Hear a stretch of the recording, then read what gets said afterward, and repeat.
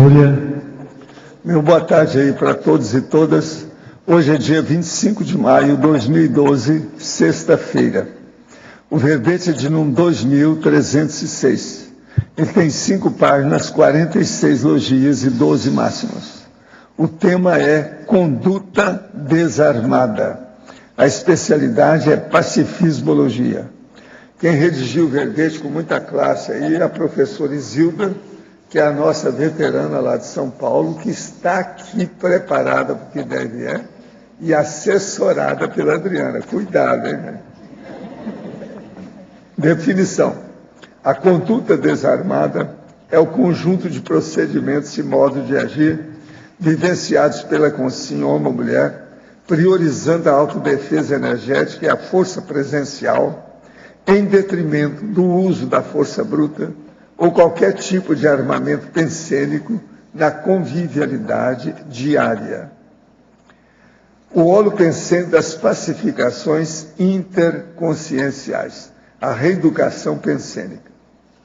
Os braços abertos e o sorriso nos lábios, a franqueza bem-humorada e irreverente, o domínio das emoções subhumanas, a doação de jipes e ônibus militares para ações de saúde e educação, o serviço militar substituído por serviço humanitário, o enfrentamento da violência estrutural, a ausência de animosidade, a superação do porão consciencial, o gerenciamento das diferenças construtivas, o interesse cosmoético pela união dos povos, a autoconsciência multidimensional da consciência exteriorizando energias pacificadoras em conjunto com as consciências amparadoras. A homeostase holossomática, a manutenção das boas relações multidimensionais. Os palmos chakras irradiadores de ECs assistenciais. As projeções conscientes educativas. A psicosfera pessoal equilibrada. A prática diária da TENEPS. Na remissiologia, nós temos 15 itens, destacamos 5 verbetes. Acerto grupo kármico, harmonia existencial, holopensene automimético, reeducação para a paz e viragem autoevolutiva. Frase enfática. A conduta desarmada tem início na pensenidade da consciência automotivada em galgar o patamar da dispersidade, ainda na ressoma atual, promovendo a sempiterna assistência recicladora. Você considera-se consciente de conduta desarmada? Desde quando? A filmografia tem uma fonte e a bibliografia específica tem 3 fontes. Agora, nós temos aí, a mega análise aí do João Paulo tem 20 itens. Anticonflitividade, autossustentabilidade, tranquilidade, imperturbabilidade, interassistencialidade. Dispersidade, autodefesa, postura, homeostase, heteroperdoamento. Respeito, para-direito, cortesia, diplomacia, exemplologia. Pacifismologia, conviviologia, cosmoeticologia, temperamentologia e serenologia. Agora, o verbete aí do dicionário hoje tem neomodismologia, o argumento é autodesafiológico. Agora, a argumentação, é bom a pessoa ver, e tem 7 categorias de neomodismos evolutivos. Agora, questionamento. Nosso filho mais novo, de 8 anos, tem tido uns episódios esporádicos de terrores noturnos, nos quais acorda muitíssimo assustado e desorientado. Não conseguimos perceber se está desperto ou ainda dormir. Quando fala, chora e grita, dizendo que algo assusta, sendo difícil acalmar e retomar o sono. Na manhã seguinte, diz que não quer falar no assunto. E quando insistimos muito, diz que ouve vozes assustadoras dentro da sua cabeça, mas que nada vê. Desde que nasceu, deve ter acontecido umas 10 vezes no total. mas quando era bebê até 1 ano tinha problema de sono, chorava e acordava muita noite. Não conseguimos perceber se se trata de episódios normais de imaginação infantil ou alguma outra questão mais complexa. Gostaríamos de ajudá-lo a superar essa situação, mas temos dificuldade em compreender a sua origem. Poderia ajudar-nos? Olha, a maioria, se o caso é desse jeito, do jeito que você está contando, tem assédio no caso, o processo é do passado. Isso aí tem a paragenética nessa história. Agora, uma coisa que vocês podiam fazer é o arco voltaico quando ele estiver dormindo. Isso ajuda. Quando ele pegar no sono, vocês façam o arco voltaico nele, do jeito que ele estiver deitado no leito dele. Isso vai ajudar bastante. O mais é criar um ambiente tranquilo para ele. Ele não deve ir em lugar que tenha qualquer processo mais de irritação, de perturbação, de turbulência, de agitação demais. Outra coisa, não arranja filme que tenha muita ação, não. Faça a coisa mais tranquila com ele. Já faz algumas semanas que venho me sentindo desanimado com muitas coisas na vida. Me pergunto qual é o sentido de evoluir, ajudar os outros. No entanto, eu sei quais são os sentidos dessas questões, mas a sensação que eu tenho é de não haver resposta para isso. Metade de mim sabe, a outra metade fica numa espécie de inércia.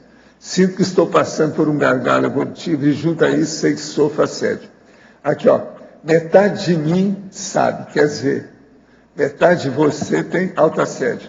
A outra metade tem assédio, heteroassédio. Isso aqui é verdade, vamos falar para você. Sou obrigado a falar francamente como é que é. Faço TENEPS há 10 meses. E com essa situação, a TENEPS não ajudaria a limpar o assédio? É lógico, você não está fazendo a TENEPS como devia. Às vezes tem a sensação de que não há amparo na TENEPS. Pois é, sempre tem. Se não tem, é porque você não está percebendo, o problema é seu. Acabo dormindo ou tem sensações muito sutis de exteriorização de energia. Às vezes estão fazendo você dormir para melhorar o seu processo de autoassédio. O amparo pode se afastar por alguns momentos para que resolva certas questões sozinhos? Não, eles estão te ajudando. Agora você, às vezes, é que refuga a assistência dele. Olha bem isso aí. Agora, Zilda, para você agora. Enfatologia, página 1, final da 4ª linha.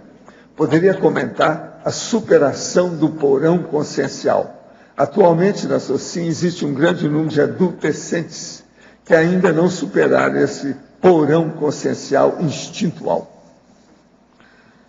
Reciclagem, né? O fato é o quê? Começar a fazer a reciclagem. As pessoas têm que pensar o seguinte, que a gente não é... Não, o corpo envelhece, mas nós, consciências, nós amadurecemos. Então, ficar adolescente para quê? Brigando com quem? Isso é uma raiz de conflito que nós entendemos. Se nós tivermos menos conflitos, nós com certeza teremos menos raízes de conflitos com os outros. Então começa assim, pelo anti-autoconflito. Isso, a adolescência é um tipo de briga. Está brigando com quem? Brigando porque o corpo envelhece? Isso é normal. Brigando com a própria imaturidade? Tolice. Em Sinergismologia, página 2, 3ª linha. Poderia abordar o sinergismo conduta desarmada, autossustentabilidade, energo-parapsíquica. Olha, pelo menos é o que eu tenho feito comigo. Eu tenho pensado muito nessa questão da conduta desarmada, porque eu penso assim, se nós não... É você mesmo que está com esse boné aí? Deixa eu ver, é você? É você. Se não... Disfarça bem. Ele está parecendo o espião português. Né?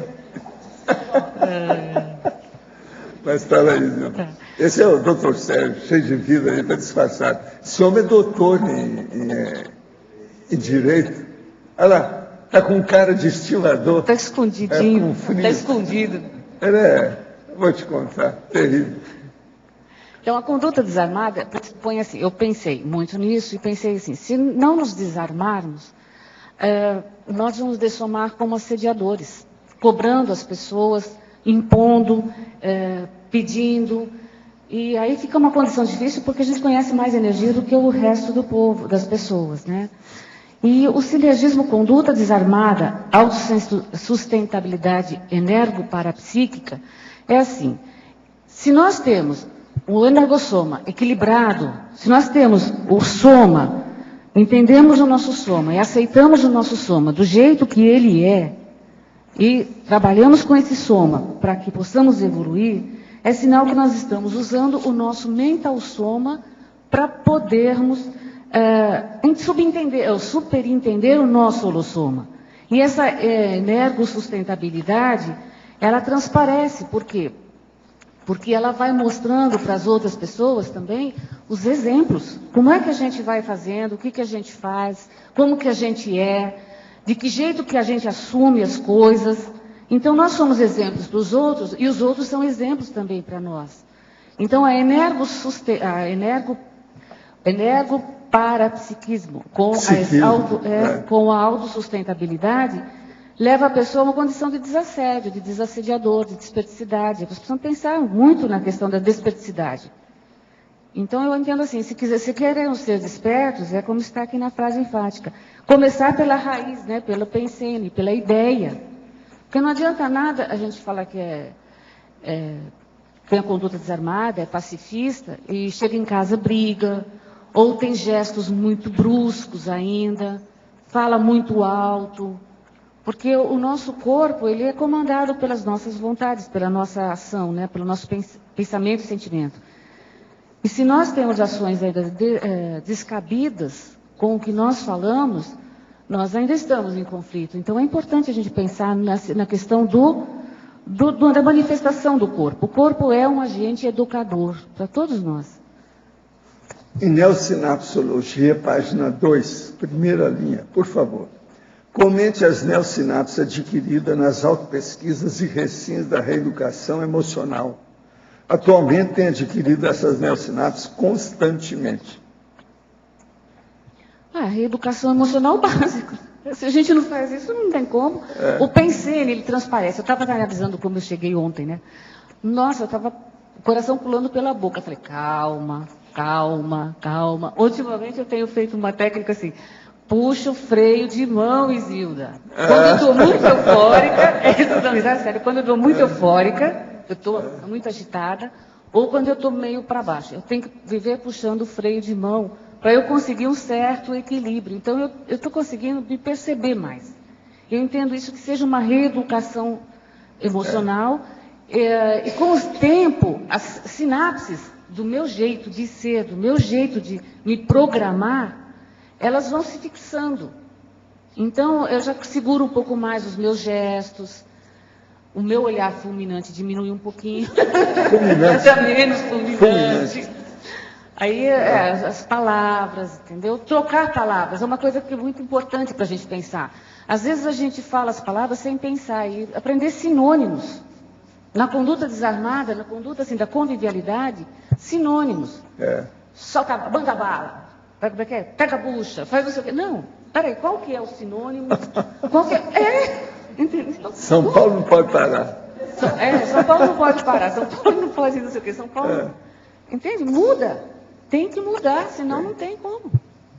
Em Binomiologia, página 2, poderia aprofundar sobre o binômio automotivação-escudo. Autovitimização, escudo, né? Autovitimização, escudo. É isso mesmo, né?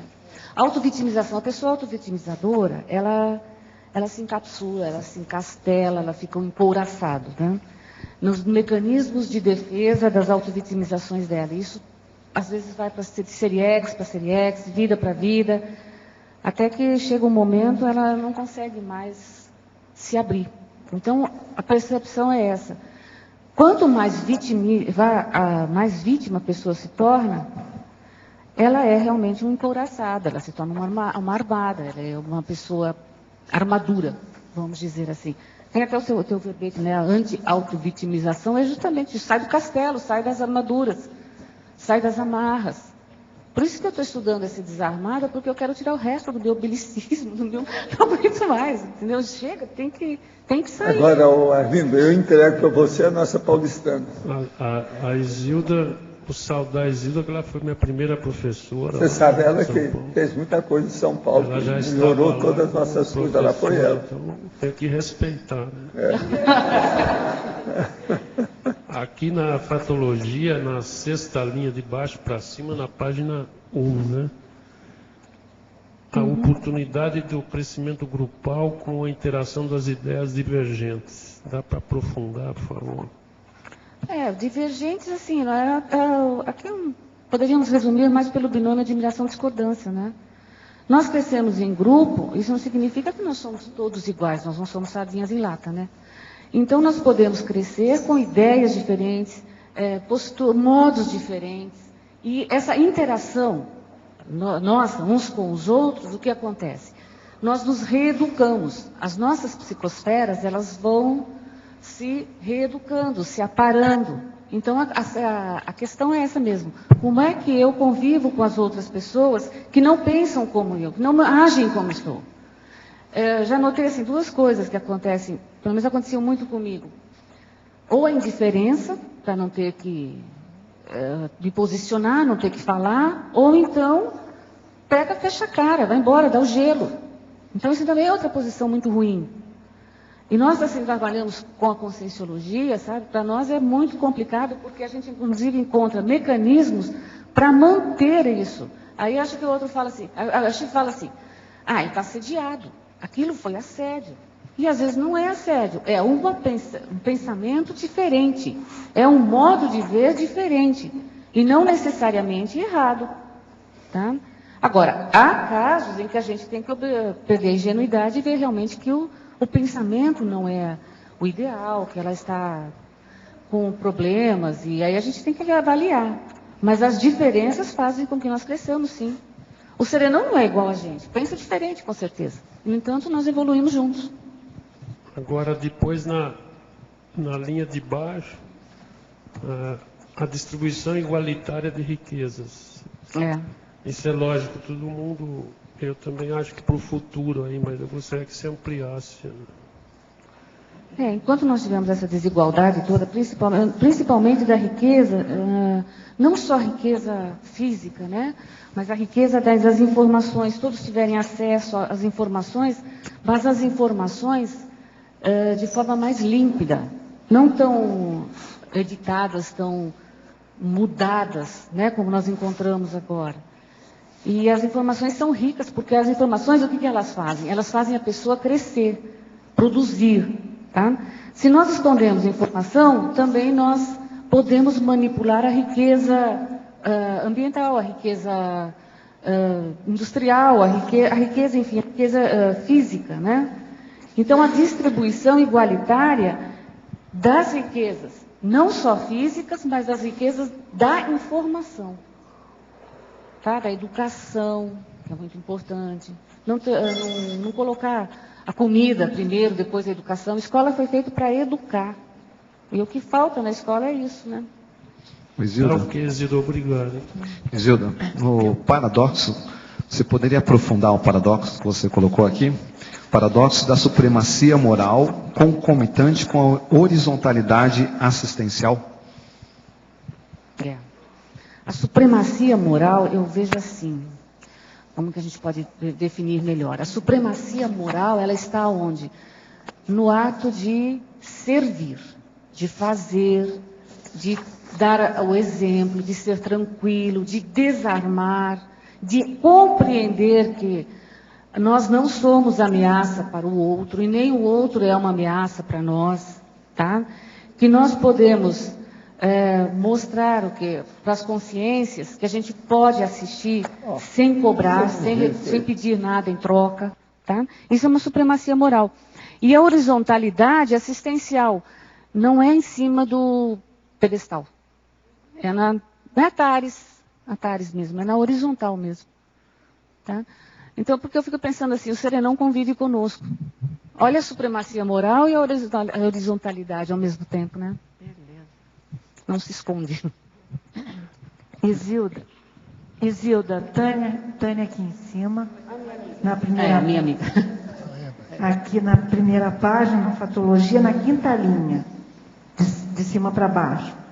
Bem no meio. Fala aí como é que é esse gerenciamento dessas diferenças construtivas. Você deu uma qualidade aqui...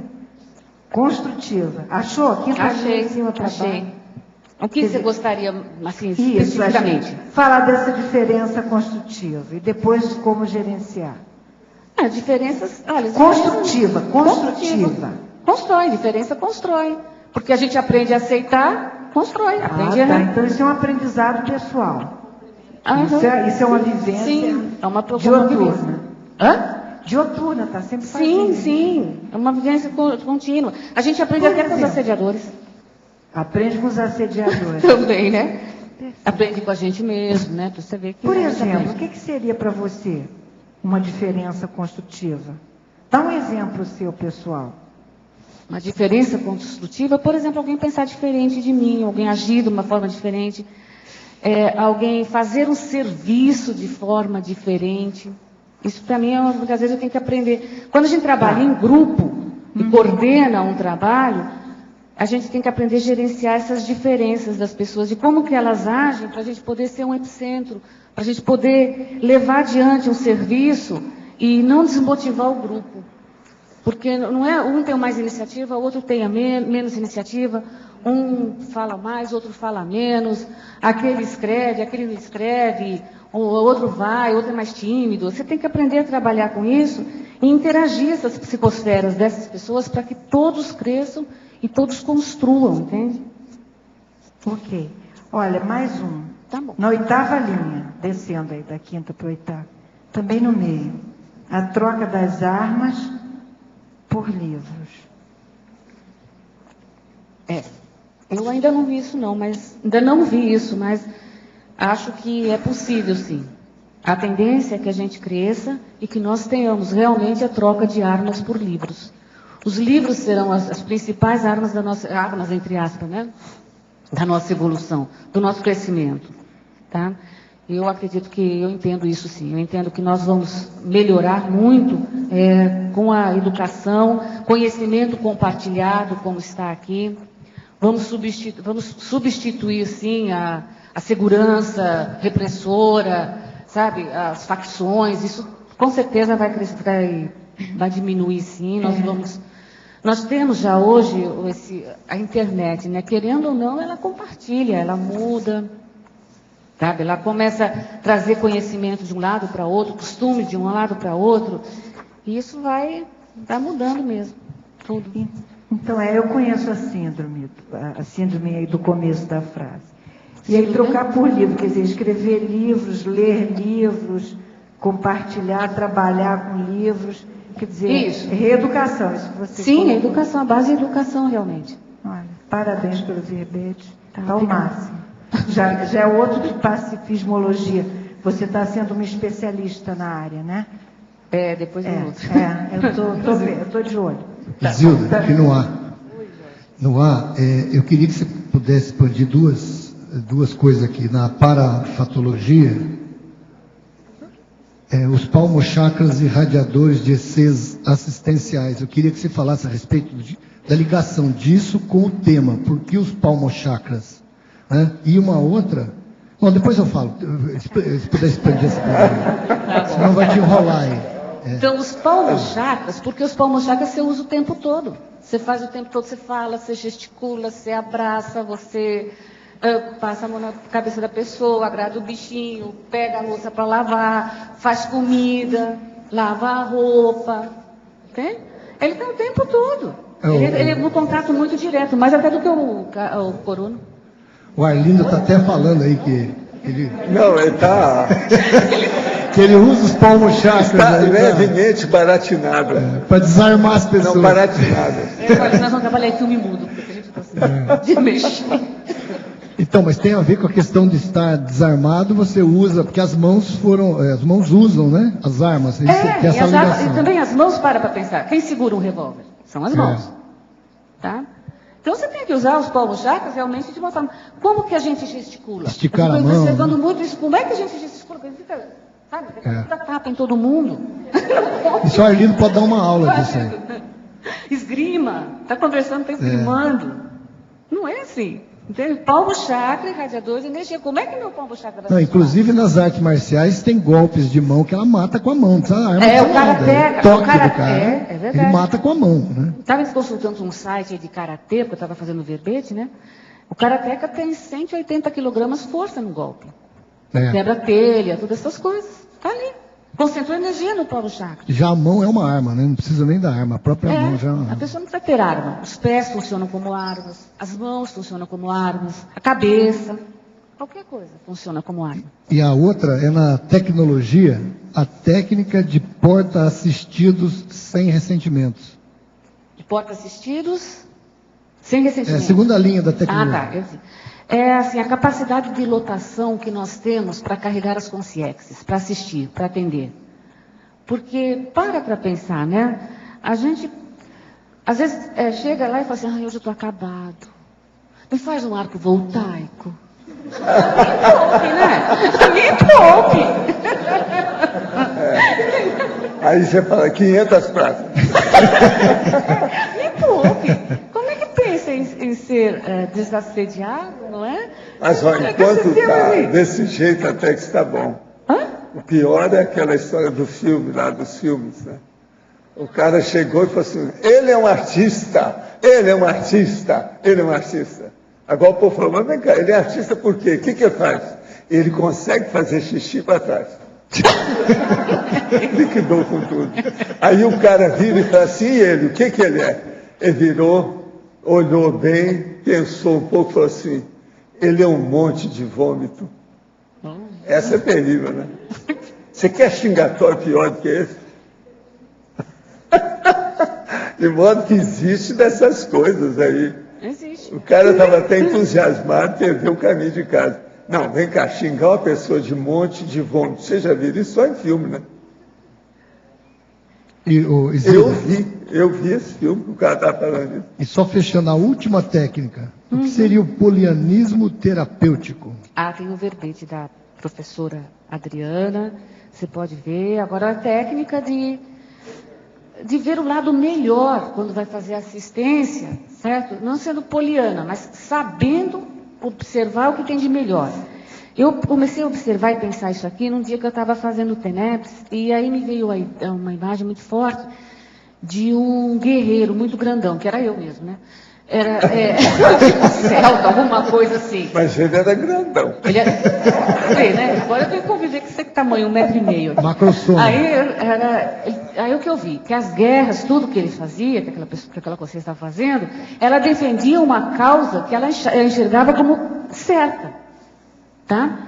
Então, por onde vem o resgate da consciência? Onde que os amparadores vão pegar? É por esse trafor, por esse traço. Nesse caso, a lealdade. Tá?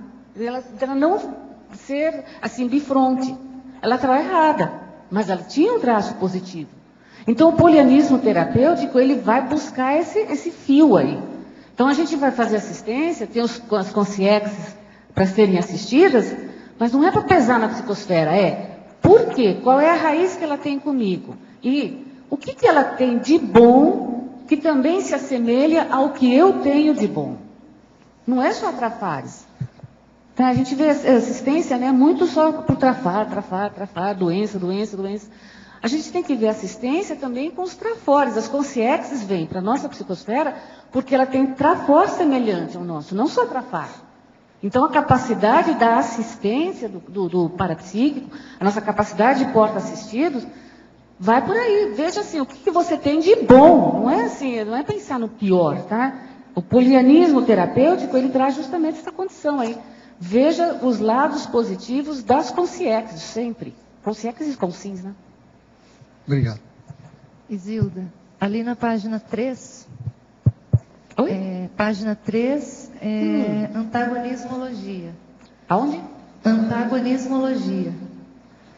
Você poderia comparar o primeiro antagonismo, conduta desarmada, conduta defensiva, com o último? Com a pusilanimidade? Isso. A pusilanimidade, mas é o medo, a insegurança, não agir, entendo assim, tá? A defensiva é aquela que a pessoa fica sempre na retranca. Ela está agindo, só que na retranca. Tá? E a conduta desarmada, ela ultrapassa porque a gente tem que aprender a se defender, e defender o outro. Então, ultrapassa a conduta defensiva. Não é só o meu interesse que interessa o interesse do outro. Então, a defesa sincera do interesse do outro, né? E não vou ficar em cima do muro para ficar fazendo bonito para ninguém, não. Então, a conduta defensiva e pusilânime, elas são condutas, de certa forma, armadas.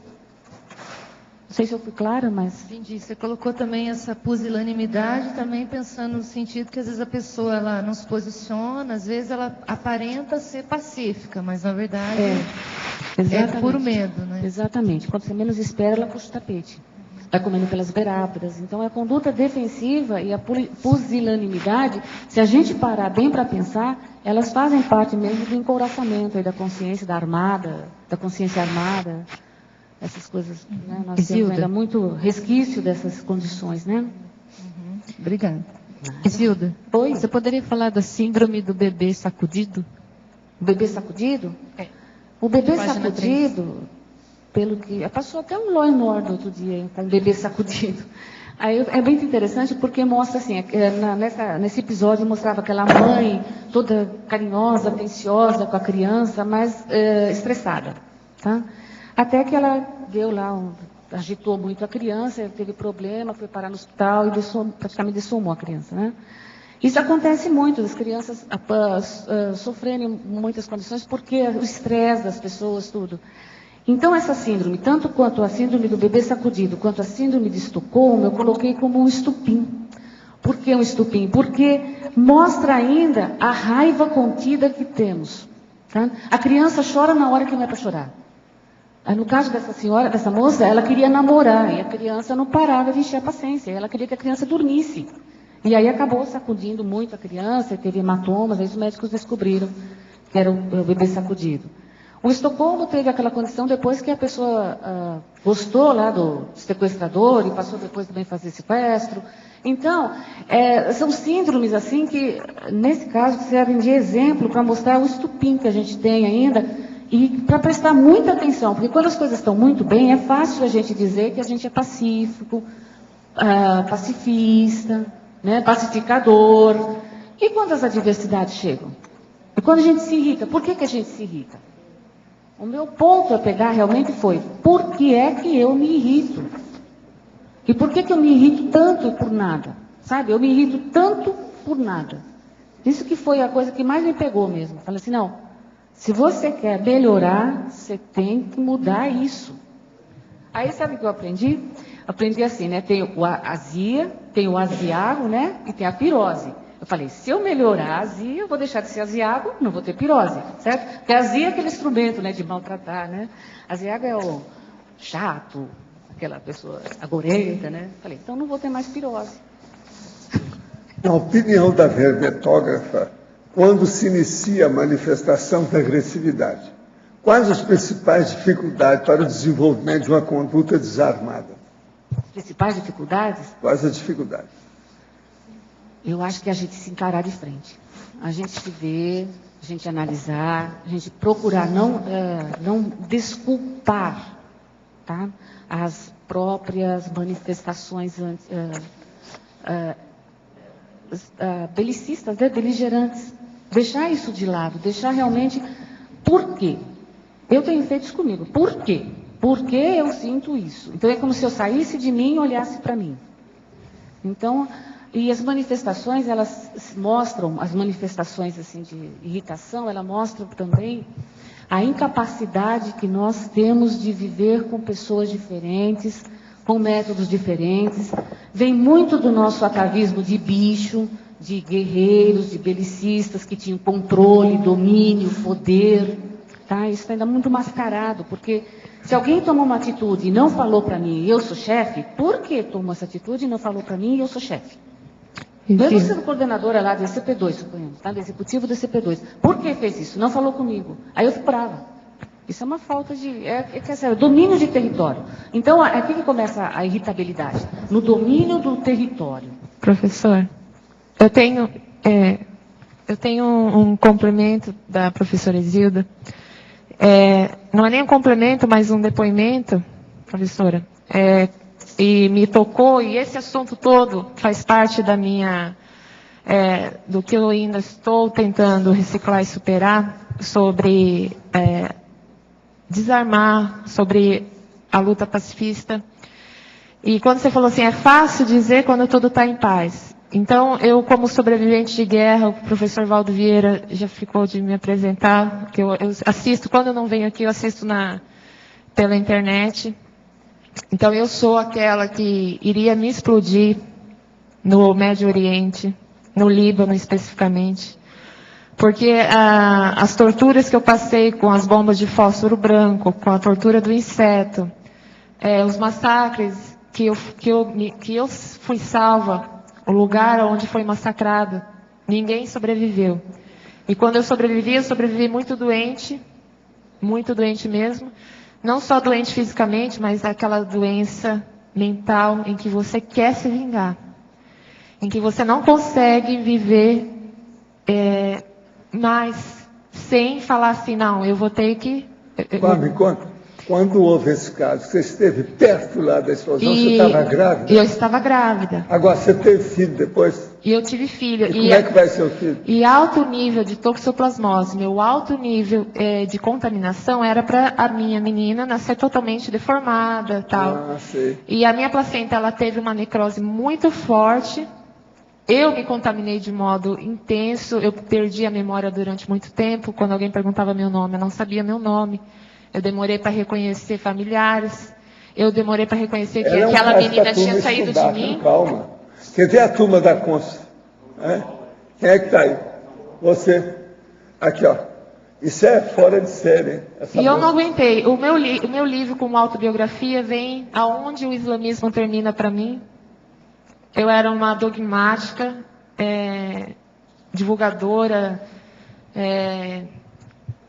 Atualmente você só luta boxe, mais nada.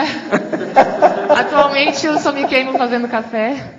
Inclusive essa queimadura, geralmente quem se queima com uma água tem uma queimadura de 1º grau. A bomba de fósforo que queima todos os nossos tecidos internos fez com que uma água em ebulição caísse e me desse queimadura de 3º. Né? São ainda resquícios daquilo que o belicismo me afetou. Esse livro que eu estou fazendo é uma autorretratação para mim mesma, uma reciclagem. Agora, o que é engraçado é que explosão é fogo, né? Você queimou com água quente, que no caso é fogo também, né? É engraçado isso aí na história. E justo num percurso que eu estou na segunda parte do livro, e assim, é como se eu estava conversando com a professora Aline, que é ela quem está me trazendo à luz para que eu consiga fazer. Eu consigo, é algo muito forte, porque na hora que eu estou retratando que eu ia subir a fronteira com os explosivos, é forte. Eu quero ver esse seu livro, estou esperando. Só que tem uma coisa, quando falou, é fácil, quando eu estava no aeroporto, já era pós-guerra, já estava aqui no aeroporto de São Paulo, e uma comitiva de judeus israelenses ia descer. E iam desembarcar. E eu ia cruzar com eles no saguão do aeroporto, como qualquer um pode, é um lugar público. Eu imediatamente, me enfureci, eu chamei uma agente da Polícia Federal e falei que se eu topasse com eles no saguão, com a comitiva de israelenses, eu ia matar eles à unha. Eu falei assim, eu não vou dividir o saguão com eles porque a gente vai fazer conexão. Porque era assim, muito recém no pós-guerra. Era muito recém. Agora, você acha que dentro de você agora você já desvaneceu isso tudo? Bastante, aí, né? Muito. Não, pelo seu jeito, sua aura não mostra nada disso. Bastante. Você tem que explicar isso em livro. Isso sumiu. Isso aí é impressionante. O que é o processo de uma lavagem cerebral quando sai? Ela não mostra nada disso. Desde que eu a vi a primeira vez, eu falei. Pois é. E olha a tranquilidade dela. Foi um processo bastante... tem todos ali os percalços. Agora, ó, no livro você deve mostrar a foto do seu filho, tudo. A filha, ela nasceu bem, ela está bem. Hoje, faz 5 anos da guerra, né? Hoje ela tem 5 anos. É minha segunda filha. Ela nasceu quanto tempo depois do caso? Ela nasceu 6 meses, um pouquinho menos de 6 meses depois. Quer dizer que você estava com uns 2, 3 meses. Engraçado que a bomba de impacto, que é uma bomba que vem como um paredão até você e consome todo o oxigênio, faz abortar. Porque a gente é lançado esse choque. No seu caso, isso não aconteceu. E eu não abortei, assim, foi algo... e ela nasceu saudável. Eu, sim, quando ganhei ela, eu fiquei um trapo humano, obviamente, não enxergava, perdi memória. Né? Achavam que era irrecuperável, porque falaram, vamos interná-la no CAPS, ela não vai ter volta. Rosa, mentalidade. você já conversou com a Sheila? Não? Você conhece a Rosa? Vem, tudo Rosa. É parente da gente. Sheila, cumprimento, você está falando de qual guerra? Do Líbano? A guerra de 2006, quando a guerra dos 33 dias, inclusive o sul do Líbano. Né? Lá, que isso? Essa aí é das piores que tem. Em Líbano, é gente de riqueza, tudo. Você estava nessa época? Passou perto.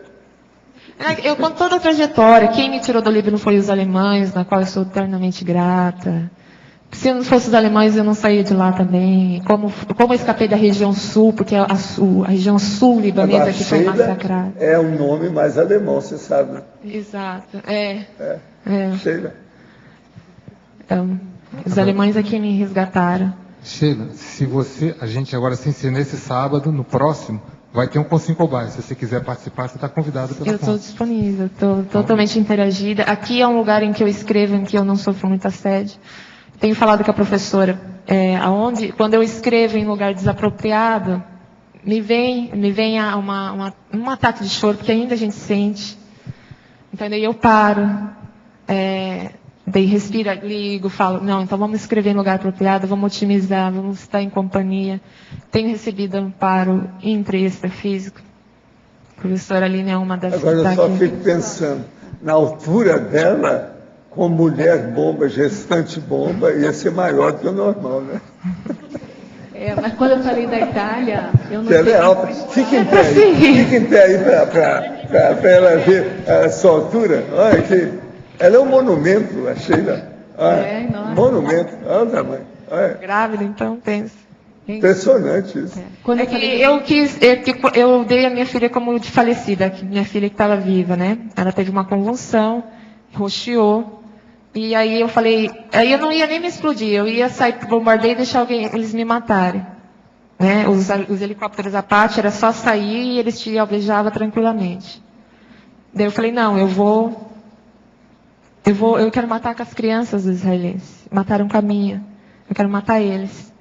Eu não podia alcançar eles, mas eu falei, então eu subo na fronteira e quer dizer, uma pessoa, quando ela está com explosivo, às vezes ela pode escolher os alvos, não pode? Só que eu estava assim, numa região que eu poderia pisar na mina. Então tudo podia acontecer.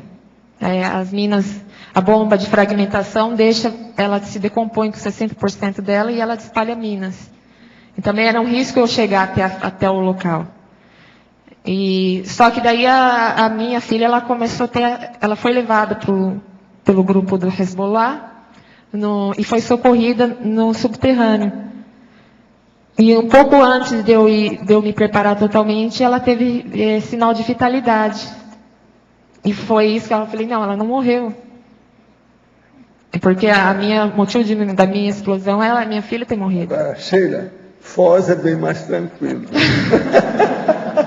Isso aqui é algo, professor, ainda é superado, mas é o que eu preciso contar, nem que eu fale contra eu mesma. Agora, só uma coisa. Antes de você, teve algum homem-bomba, mulher-bomba naquele dia?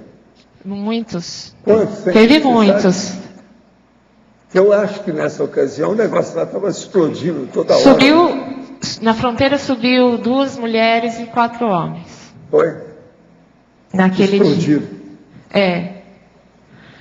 Porque ali, assim, nós estávamos recebendo panfletos, vocês são terroristas, nós vamos varrer vocês. Então, assim, ou você se explode ou você espera a tua morte. Agora, é um show da morte, né? O negócio é um verdadeiro show. E a tecnologia bélica de Israel é muito mais potente. Então, a gente luta contra uma disparidade imensa. Bom, Hezbollah é totalmente assassino, vingativo, grupo da milícia resistente, mas eles têm Katyusha. É bem simples esse nível. E Israel, em cima de nós, vem com as armas químicas, com as bombas potentes de destruição, assim, imensa. em cima de avião, você não pode, né? Porque na hora que foi fronteira com fronteira, Hezbollah ganha, porque eles estão ali para lutar para morrer. Eles gritam, Allahu Akbar, ou seja, Deus é grande e querem se explodir, mata você, mata eles, e eles se sentem felizes em morrer. Para eles é ruim voltar vivo para casa. As 21 virgens no paraíso esperando por ele. É 70. Do islamismo eu conheço bem porque eu fui... Agora, você, quem é que, se morresse, quem é que está te esperando no paraíso? Isso aí é que eu X na história. Esse que eu vi que foi discutido, inclusive, aqui, né? E as mulheres como pois ficam? Pois é. Um dos grandes seminários islâmicos que eu tive, eu falei assim, e no caso até assim, eu fui convidada a me retirar, porque eu já estava em uma forma de debater, e as religiões fechadas, elas não permitem a gente debater. E eu falei assim, o paraíso islâmico, ele não me é atrativo, porque se eu tiver que morrer e ser uma das hures, porque as hures são mulheres de pele branca, olhos negros, de olhar recatado e eternamente virgens. Então, se eu for querer, se eu tiver que morrer e ser uma mulher dessa, o paraíso islâmico não me atrai. Agora, tem um amigo meu que falou, aquele dia que perguntaram, ele chegou para mim aqui e falou assim, ela vai virar homem. Quer dizer, se ela for para o paraíso, ela vira homem. Não, engraçado, assim, eu digo engraçado a palavra e contraditório, porque eu tenho espalhado no Brasil ter pessoas adeptas ao islamismo através da minha intervenção. Então, muitas pessoas se converteram. Quer dizer, quando você saiu de lá, outros saíram com você? Não, eu tenho pessoas até hoje islâmicas convictas, porque eu fui divulgadora do islamismo, eu participei muito, inclusive, até fui coautora, texto, divulgadora e tradutora, porque meu pai é tradutor e fundador de Centro Cultural Islâmico, e a gente sempre em contato com a Arábia Saudita e traduzindo texto e tudo mais. O seu pai é daqueles bem abonados do Líbano? O meu pai, ele foi. Eu vi, não, nós somos, hoje não. O nível é alto. O Líbano, sim, ele tem muita opulência. O eu tive, na época que era mais tranquilo, muito contato com a pessoa que era da Casa Nobre do Líbano, Alawar. Você está entendendo? Esse aí é da parte do Monte Líbano, professor. Pois e mas a parte alto. do Monte Líbano é cristã. Sei, mas esse era bom. Ele gostava de educação. Poliglota, todos são. Não existe um libanês que não saiba o francês, o espanhol. Tudo ele sabe, né? Esse dominava bem o inglês. Porque a dominação, ela foi... bom, a moeda, se você pega a moeda libanesa, um lado é francês, outro lado está escrito em árabe. Então, 60% falam inglês, aqui, menos eu por acaso não falo. Só o árabe e o espanhol mesmo. Aqui, ó. Só uma pergunta. A sua história é impressionante, sem dúvida. Quem vem de família belicista fica muito impactado, né? E eu só queria te fazer uma pergunta. Você é brasileira ou você... Eu sou brasileira. O meu pai, ele é libanês, só que meu pai, ele é de uma facção, ele é do norte, porque nesses locais do Oriente Médio, tem muita diferença em você pertencer ao sul ou ao norte. O norte, ele tem mais sociabilidade com as coisas ocidentais, faz mais paz com Israel, por acaso, assim... Tem mais diplomacia. E o sul é a resistência. Você nasceu no Brasil? Mas nasci no Brasil. E eu me casei Por isso que eu gosto do Brasil. Aonde brasileira vai, escondemos até com a guerra. E aí eu me casei com um que é de uma facção totalmente extremista. E aonde eu fui morar? Entendeu? Então eu fui no sul, e o sul não é a região do meu pai. Por acaso existe até problema. Não, você vai casar com o do sul? Ela é do norte. Tipo assim, a do norte não usa o véu, usa quando quer, pode ir à praia, fala um pouco mais firme. Mas no caso eu usei o véu islâmico. Agora, só me conta uma coisa. Como é que está o resto da sua família? Seu pai ainda vive, tudo? Meus pais, a minha família toda estava já aqui no Brasil. O norte não foi massacrado. O Líbano inteiro estava em guerra. Mas ao sul do rio Litani é que não foi massacrado, que não teve escapatória. Que falaram, aqui é o bombardeio intenso. Não tivemos nenhum aquilo que eles falam que a Síria faz muita coisa negativa lá atualmente, é isso mesmo? Sim. Inclusive, quando eu passava para a Síria... tem certa culpa numa opção de coisa lá no Líbano. A Síria, ela desocupou o Líbano, porque a Síria, ela também... todo mundo tem a intenção ali, nessas demarcações, dessas fronteiras inventadas, que é totalmente do sionismo, né? Que é dividir, enfraquecer e dominar, porque ali era para ser uma região só, e fica essas fronteiras artificiais, vamos dizer assim. Mas a Síria hoje, ela com Assad al-Bashar, ele é um ditador, e os ditadores do mundo árabe, eles precisam ser execrados desse cargo de 30, 40 anos. E, por incrível que pareça, é uma vontade do povo. Entre 4 paredes no sul do Líbano. É que nós não temos liberdade para falar lá. Assim, para falar abertamente. Então, nós falamos em casa. Às vezes eu queria comentar alguma coisa aqui no Brasil, meu sogro falava, pelo amor de Deus, nós vamos ser marcados como espionagem. Tanto é que quando teve a guerra e a gente se olhou um nos olhos do outro no esconderijo, a minha sogra vira e falou, você trouxe a guerra. Por que ela disse que eu trouxe a guerra? Porque eu sou muito imperativa. Eu fui, visitei Saura Chatila, eu subia nas fronteiras, eu queria levar aquilo para o mundo. E eles falaram, não pode, a gente vai ser marcada como espião, nós estamos numa área assim, não, né? E tal. Então não dá. Então ali a Síria, o que é? Tudo contido ainda. Se você perguntar a vontade do povo, não. Quer a democracia, quer as eleições. Você tem uma ideia do que vai acontecer? Sua opinião pessoal sobre a Síria? O que vai dar lá? A Síria vai dar uma grande carnificina, vai se estender muitos anos a guerra civil, porque entra o tribalismo, entra as outras facções, as subdivisões. E os árabes, como primitivos, de mentalidade primitiva, eles não conseguem se organizar e se estruturar em um consenso. Porque até chegar ao diálogo, as armas vão falar mais alto. Porque daí começa a subdividir. Então, às vezes, é melhor vir o imperialismo americano, o sionismo, Israel, dominar e deixar uma hegemonia onde eles estão ali abastados, mais do que se for dar ali como eles se querem, aí entra.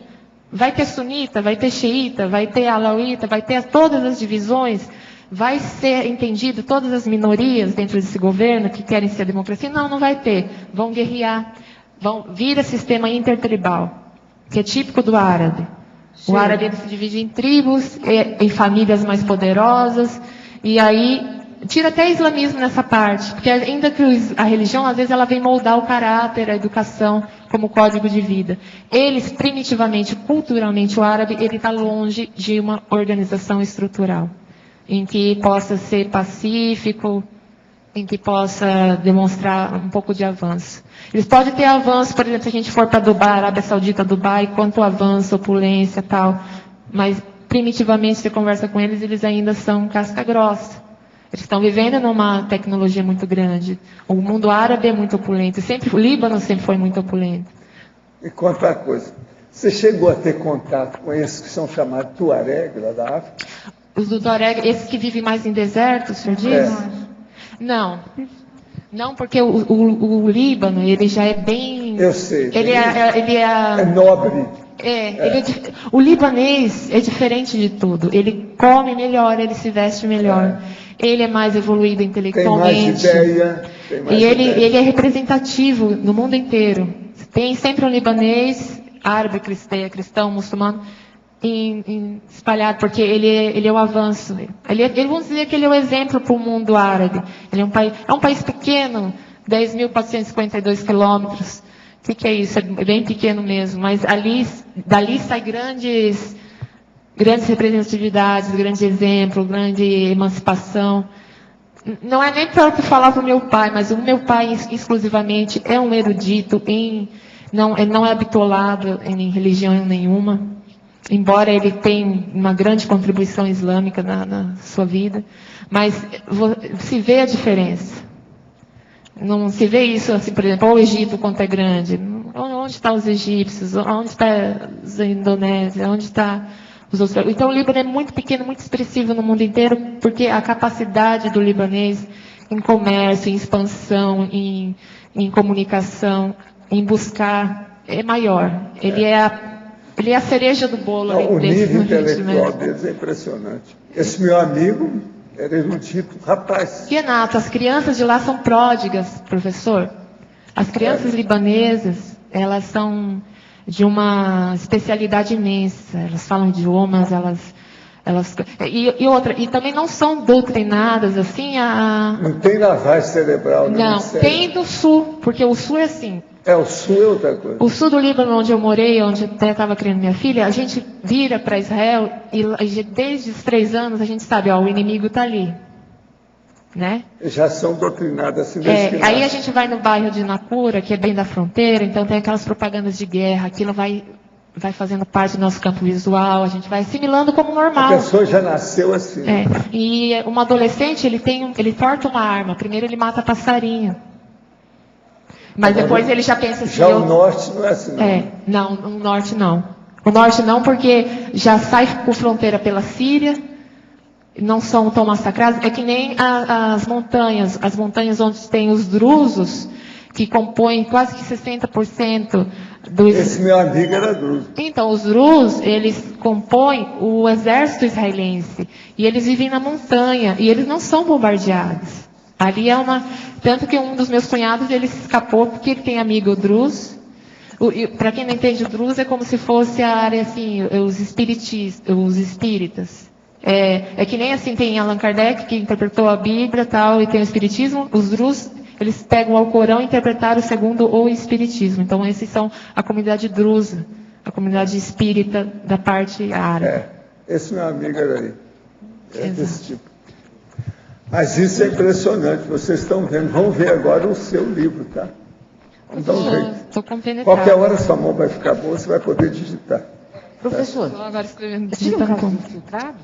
Como é que o caso dela, a família, eles estarem infiltrados, assim, porque o PCM dela não é belicista, né? Ele está naquele meio... Sim, mas o problema é que ela foi envolvida lá, você sabe, num ambiente desse. Acabou. Eu sei porque eu vi amigos meus desse jeito. Situação no próprio Líbano.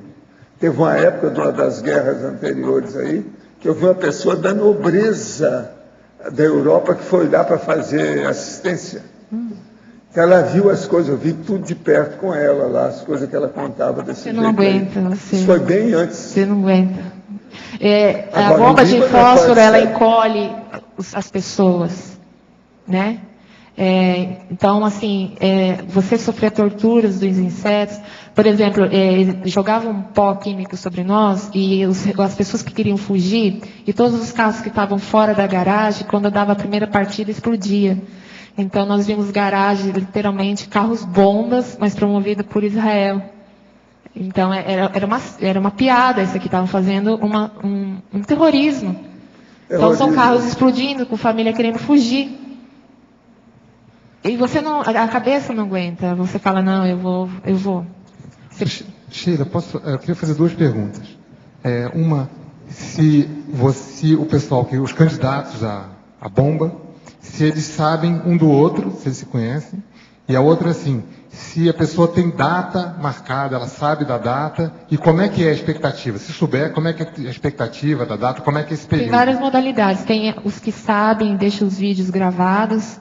Só que as famílias não sabem e nenhum sabe do outro. Existe um que coordena e que sabe, porque existe o pelotão dos que vão se explodir.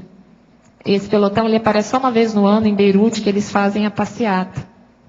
Tem toda aquela coisa de alegoria bélica, em que, inclusive no mês de Ramadã, quando termina, eles ainda estão em jejum, e aparece todas as modalidades de todo o grupo do Hezbollah. E é uma vez por ano que aparece, inclusive. Então, aqueles que estão todos de preto, a gente sabe que aquele é o pelotão que eles estão compenetrados, eles estão preparados para essa jihad, né?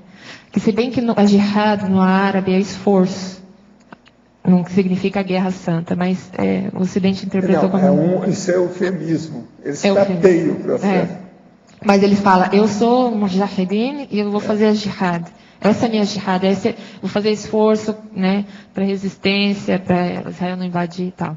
Porque o Líbano ele é mais ele vai ter mais resistência, ele não é como a Palestina, né, que teve o grupo Hamas e que teve o Fatah, que daí também se dividiram. Então o sul não, ele é mais homogêneo, ele tem Hezbollah, que é bem mais... Hezbollah tem... Bom, falar agora, deles no seu meio livro, complicado. seria bom você explicar todos esses processos políticos da região. Então, respondendo a pergunta, tem os que já deixam um vídeo gravado. Sou fulano de tal, tô indo, porque depois eles ganham uma faixa muito grande. Com a sua foto, tal, não sei o quê. E tem que nem aconteceu comigo. Era um ato desesperado, e foi uma escolha minha, e as armas estavam ali, então foi algo assim que eu não fui recrutada, entendeu? Foi algo da minha espontaneidade, foi da minha... Mas os que se candidatam, eles sabem o dia, a data? Eles são, para ser do Hezbollah, ele é criado dentro do Hezbollah. Então tem aquele que só é um coletor de doações de órfãos. Porque ali eles tem tudo ali. Eles encaminham até, por exemplo, você quer um casamento, eles encaminham uma viúva. Você vai fazer uma doação, tem o que mata, o que faz o jornal, é uma estrutura que quanto mais tem a estrutura comercial, que tem ações ali que estão comprando times de futebol, eles são do Hezbollah. Eles têm que movimentar dinheiro, a arma não custa barato. É uma estrutura muito grande, por isso que a resistência do sul do Líbano é muito forte. Não é tão fácil Israel invadir. Professor. Agora, uma coisa. Você sentiu nos seus processos, por exemplo, se aparecer aqui, você sentiu alguma assistência extrafísica para vir aqui? Sim. Você chegou a ver alguma consequência? Foi a professora Aline que me garimpou, porque... Sei, mas você não viu extrafisicamente? Eu vi, não. então. O que eu vi? Quem é que você viu? Eu vejo só pessoas de branco. Eu não vejo mais que isso. Mas o rosto era mais claro, era mais escuro, como é que ele era? Eu vejo um homem muito alto. Isso. O que mais? Às vezes ele usa como se fosse um turbante, mas um cachecol assim. A miserável viu, é o Tuareg. Ele é que trouxe. Você é boa nesse negócio, você se desenvolveu para a psiquismo. E eu vi ele falou, vai ali. Eu vi ele muitas vezes. Ele que trouxe ela, o Tuareg. Tem muito... Ele é forte. Muito forte. O Tuareg trabalha com o transmentor, que é esse evoluciólogo, que é meu amigo. Entende? Uhum. Agora, ele deve ter te pensado lá, porque isso aí é muito importante para nós entendermos também essa situação. Aqui é muita gente que está interessada no processo. É o problema socialista, mas não é socialista, é mais sociológico. Tem um corte muito grande, muito alto, de um pois é. Magro, É o processo político da história, entender isso tudo. Turbante. Agora, ela aí é um elemento vivo, ela vivenciou o processo. Eu vi isso mais que 3 vezes, lá e depois aqui. Pois é. Vi lá. Professor, eu queria fazer uma pergunta para o senhor. No caso do verbete hoje, ela estar aqui dando esse depoimento, como é que o senhor vê esse caso? É o neomodismo da mudança. Que sincronicidade é essa, né? Do verbete, não, mas isso aí não é nada. Isso aí é o transmentor com o Tuareg que trouxe a Sheila. Hoje, né? Que tá eu tinha falado com ela, que eu sabia que ela tinha vindo aqui, mas não falei que foi o Tuareg. Mas hoje eu estou vendo que eu vi o Tuareg aí. Eu falo assim, pergunta para ela se ela veio com alguma... Ela viu. Ele é altão. E se o senhor percebeu que o campo mudou, que deu repercussão, cardiochakra, na hora que ela começou a falar? Não, isso aí hoje, eu já trabalhei aqui hoje 2 horas, com a turma. Tinha aí umas 20 pessoas, não é isso? Então, nós trabalhamos aqui 2 horas da manhã, das 8 a quase 10 horas. Então, tinha um negócio aqui do reurbanizador. O Serenão, ele mandou energia para nós sentimos, a turma sentiu, né? Pois é, o negócio e o processo da Alemanha.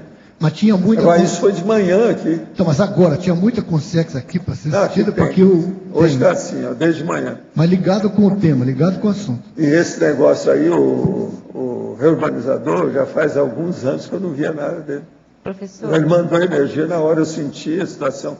Quer dizer que ele está trabalhando mesmo, ele está por aí. Ele não foi embora nem nada. E na hora que ela aprofundava, na hora que esse ela entrava, é uma fera. Esse que ela entrava no negócio da bomba que explodiu, que não sei o que, a repercussão vinha e vinha energia. Agora, é o reurbanizador que tinha o corpo de oligosfrênico, de idiota. Professor. Ele dessomou. É o cara. Aqui no ar. Eu estava justo pensando qual que era a relação do reurbanizador com ela, com esse depoimento hoje. O senhor vê alguma coisa? Não, mas eu vejo mais aqui o Tuareg que está aí. Professor. Tuareg. E outra coisa, isso é o transmentor, né? O transmentor é coisa dele. Professor, esse Tuareg tem alguma relação? Eu estou perguntando comigo, no meu caso, porque eu estava em Mali. E os Tuaregs começaram uma guerra civil, um movimento de retomada do deserto, que é a terra deles. E eu saí meio fugida de lá, por conta do início dessa guerra civil. Teria alguma coisa a ver ou não? Possivelmente, né?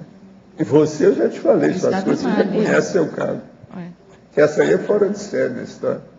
Então, eu saí de lá justamente no início agora, o Tuareg é que veio, ele está ajustando esse processo, várias coisas dentro da área. É a turma da... Mas, professor, quando eu vi essa... É a turma dela, lá, da Rosa Nader. Professor, mas quando eu vi debaixo do bombardeio essa imagem, eu achei que fosse do meu avô. Então, eu não sabia. Porque é o Tuareg. O jeito que você está falando aí é ele.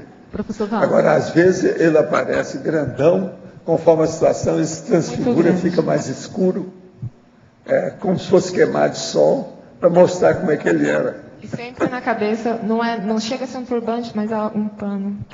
Agora, ele está aqui, isso aqui é a energia dele. Aí, transmite direitinho, alto nível. Ele é grande. Ele deve estar junto lá das coisas do transmentor, deve ser. Essa guerra do Líbano, né, há 5 anos, foi quando eu tive que passar 3 meses lá na Itália, né, porque a minha neta nasceu lá e eu fiquei 3 meses lá. Foi exatamente quando estourou a bomba e aí a Itália mandou força de ajuda lá para o Líbano e aí mataram, e todo italiano é muito comocional, né, então a televisão ficava sem parar o tempo inteiro naquela comoção, porque mataram lá alguns jovens italianos. Então a gente viveu ali na Itália um pedaço da questão da guerra do Líbano. E a Itália praticamente entrou na guerra. Sabe que Israel adotou a medida mais burra dessa guerra, porque eles usaram assim, nós vamos sacrificar os civis. Líbano estava em férias, e nas férias todo mundo vai até o Líbano, porque ali é um pedaço mesmo de um lugar maravilhoso. E então, assim, morreu muitos franceses, muitos italianos, muitos alemães, sabe? Porque foi muito hostil. Simplesmente fecharam e falaram, vamos jogar, né? Com o sequestro de 2 soldados, tal. Quem vai pesquisar no Google vai ver o estopim. Inclusive, um dos prisioneiros que estava em Israel, que era para se fazer a troca, era primo do meu ex-marido. E era filha de uma mãe judia. Eu conto toda a história. Eu estou bem relacionada. E eu vou na casa da mãe, que ela é judia, né? Porque ela foi meio que raptada para se casar com um muçulmano do sul. E depois nunca mais encontrou ali. Só que quando nasce o filho, ele se usa do direito de voltar para Israel. Só que a favor do Hezbollah. E ela é muçulmana convicta, não deixou. Sofrida também, a história dela eu conto um pouquinho. Eu só sei que eu fiquei fazendo uma reflexão bem grande, porque a guerra estourou assim, vésperas quase de eu viajar. E eu fui lá para primeira da... Foi quando você virou avó, a primeira? Não. Foi a minha segunda neta. Não foi a primeira da minha filha que mora na Itália, né? Primeira e única. Mas assim, eu achei muito interessante. Assim, eu até fiquei com medo de ir, mas eu já estava com tudo pronto para ir, eu fui. E por acaso foi a Itália, assim, mas foi uma comoção assim na Itália o tempo todo. Eles falam muito, eles fazem quer dizer, não é que foi qualquer coisa, mas assim, qualquer acidente, qualquer morte, eles fazem aquele tumulto, né? Então foi assim, a gente vivenciou praticamente a guerra lá do Líbano, pelo menos os 3 meses que eu estava lá. Agora aqui, tenho assistido às tertúlias já faz alguns meses. Previamente participei do movimento espírita por 15 anos. Na sequência, pesquisei um pouco sobre religiões orientais, até chegar aqui na Conscienciologia, a qual estudo e acompanho à distância via internet. Me parece que nos processos da Conscienciologia se tenta evitar o fator emocional nas ações, sendo assim como fica o sentimento de amor. O amor é usado como elemento motivador em outras doutrinas e filosofias. Deve-se tentar evitá-lo? A única motivação para a assistência é ser usada como moeda de troca para também ser ajudado pelos amparadores? Agora, como disse o Jack Estripador, vamos por partes, para a gente entender aqui o que ele está falando. Primeira coisa, esse processo do fator emocional é um negócio que nós temos feito através dos milênios e bancando o bicho, um animal. Por quê? Falta de servimento. Então isso leva a pessoa a fazer a tacom para virar santo. E é essa santidade que faz essas religiões todas que matam uns aos outros, como nós estamos vendo aí. Os irmãos matando uns aos outros, Israel e Palestina matando uns aos outros, tudo são primos. Isso é o amor que eles falam. O amor a Deus, o amor a isso. Então, o Deus de um é superior ao Deus do outro e por aí vai. Então, é uma droga danada esse negócio. Tudo falando que é amor. Então, esse negócio de amor é um eufemismo, é tapiação. O que nós precisamos é de mega fraternidade. E deixar de fazer a consolação, mas ajudar de fato as pessoas através do esclarecimento. Então, o que você tem que colocar na sua cabeça é o seguinte: esqueça a tacom e pensa na Tales. Em vez de tarefa da consolação, nós temos que trabalhar para a tarefa do esclarecimento. Então, doutrinas, filosofia, estão tudo aí fazendo guerra. É o que nós estamos falando aqui agora, sobre esse processo todo. Os irmãos se matando através da guerra. Então, o que falta nisso tudo é transformar essas emoções que eles chamam de amor, que são emoções de bicho, animais, em sentimentos elevados de fraternidade, que esclareçam a pessoa e melhore, dentro da harmonia. Agora, amor, eles mesmos falam que amor e ódio está tudo assim, é tudo junto. Então isso não adianta. O processo nosso é ter sentimentos elevados e acabar com essa bobajada animal que fala em amor com eufemismo, enchendo a boca. Agora, a motivação para assistência. Não adianta você falar isso, você está querendo aqui, ó, você está querendo tirar o processo da assistência, tem que querendo fazer um negocinho com a assistência, dizendo que é uma moeda de troca. Não é, mas o caso não é esse. A assistência, ela é inevitável. Sem assistência, ninguém evolui. Sem companhia, ninguém evolui. Como é que você vai conviver com as pessoas sem fazer assistência? Que moeda de troca é essa? Não é bem isso. Quando se fala em moeda de troca, é porque a pessoa está querendo fazer negocinho. O processo é entender que nós temos que fazer assistência espontaneamente. A vida é assim, isso é a fraternidade. Esse é o amor que a gente está falando. É a fraternidade.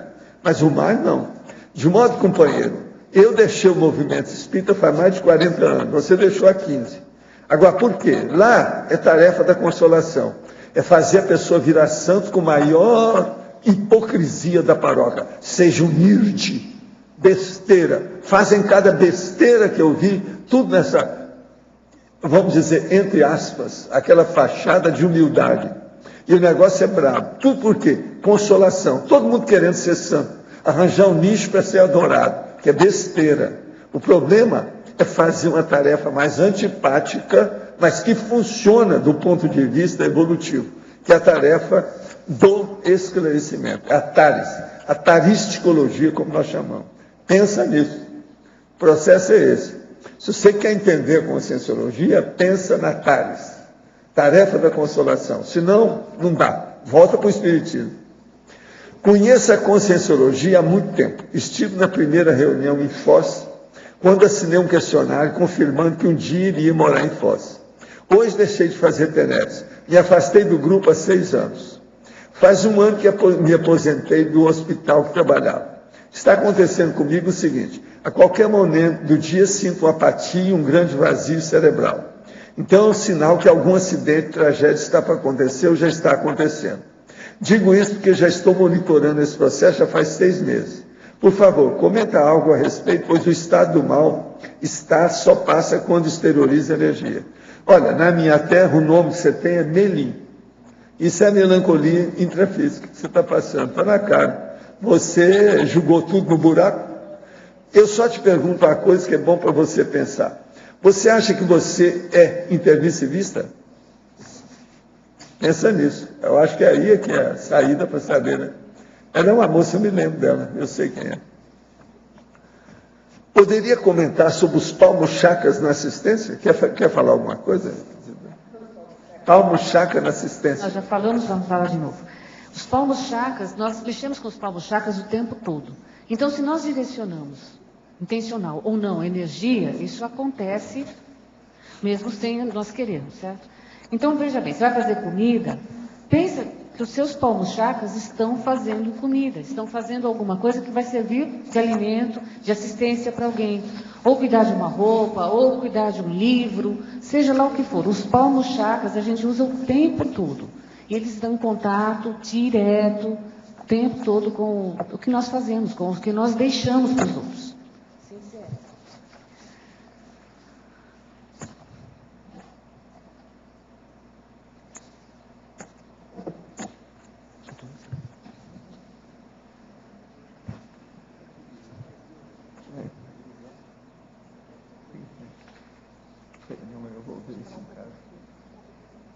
Posso ficar?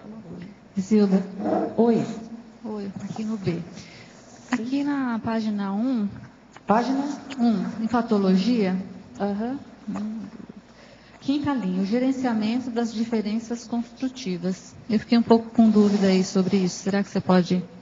O gerenciamento das diferenças construtivas, assim, vamos dizer, se a gente consegue resumir. Coloque-se no lugar de alguém que está centrando um trabalho, seja um gerente, diretor ou coordenador de um curso, no próprio IPC, no próprio CAEC, na CCI. Nós convivemos com pessoas que pensam diferentes, que são diferentes, que fazem uma coisa diferente da outra. Agora, a tendência que tem uma pessoa que é autoritária, nesse caso, é querer que todo mundo faça do jeito que ele quer, que pense do jeito que ele pensa.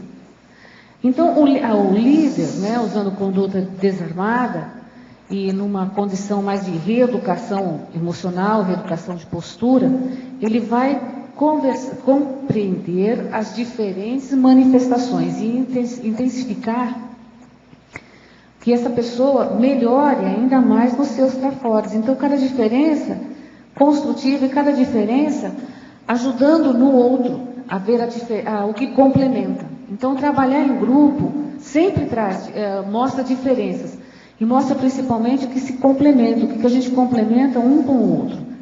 Tá claro? Não sei se eu consegui. Tá bem, obrigada. Agora eu queria fazer uma pergunta para o professor, fiquei curiosa sobre essa sincronicidade realmente do processo multidimensional, a presença dos amparadores com o tema da Isilda.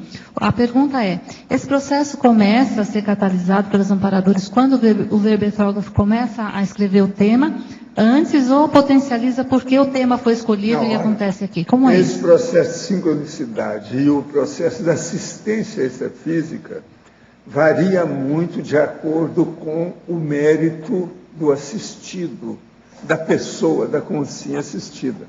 Então, é preciso ver também o que tem. Uma coisa que a gente vê, que você pode generalizar, que serve para todos, é o seguinte: quando uma pessoa faz a inscrição a um curso nosso, desses mais sérios que a gente tem, às vezes até com sacrifício da pessoa, que tem que viajar para ir até lá, qualquer coisa, naquela hora que ela faz a inscrição, ela começa a ter assistência. Agora, nós já tivemos dezenas de casos desses que a gente confirmou o processo de assistência a partir da inscrição. Então, por aí você vê o que é, como é que funciona a sincronicidade dentro dos aspectos da dimensão de lá para a dimensão daqui. Você está entendendo? Como é que se entrosa esse processo de assistência interdimensional. Então, varia de pessoa para pessoa, depende da ficha da pessoa, depende do que é a meta que ela procura, qual o interesse dela, a opinião que ela tem, a intenção que ela expõe. Isso aí tudo pesa na balança. Você entendeu mais ou menos como é que é isso? Sim, agora, sincronicidade é uma das coisas mais difíceis, é um dos fenômenos mais difíceis que você tem para caracterizar com calma, estudar, aprofundar, ver todo o alcance daquele universo, da manifestação. Entende? É difícil. Porque é complexo, envolve praticamente a vida inteira da pessoa. Neste caso de hoje, em especial, com o tema e a escrita da verbetógrafa. Não, aqui os temas nossos, às vezes, tem uma relação, uma coisa com outra, às vezes encaixa perfeitamente. Outra hora, está explicando o outro pelo outro aspecto. Você está entendendo? Tudo isso aconteceu aqui. Então, isso varia, depende como é que é, porque não tem nada, tudo isso é feito aleatoriamente. Nós não marcamos nada. É aleatório porque o verbete é escolhido por aqueles que têm aqui, o da enciclopédia. E o outro tem uma lista que segue aquela lista. E essa lista ninguém aqui sabe como é que é, qual é. É mais difícil de ver. O povo não está estudando a lista para ver o que vai escolher. Então fica tudo aleatório. É tudo acontece. Entende? Professor, aqui, professor Valdo, só um comentário, seguindo essa linha de raciocínio, o seu tema também aqui do verbete do dicionário também ele encaixa perfeito, né? Como a maioria das tertúlias. É como se fosse sincrônico. Às vezes, mas não é sempre, não. Sim. Depende do que é, como aqui, é. O processo da renovação mais sério. Esse aqui é brabo, né? Em matéria de neomodismo, isso é brabo. É tanto que esse assunto não tem na enciclopédia. Sim. Ele é novo. Esse aqui é totalmente novo, neomodismo. Uhum. Agora, vocês vejam que tem sua razão de ser, tem lógica, e outra coisa, atinge uma série de áreas e manifestações da consciência. O senhor fala de ressexologia prioritária, né? Que não, por isso que eu falei que para a pessoa ler e argumentação. Isso aí não é fácil.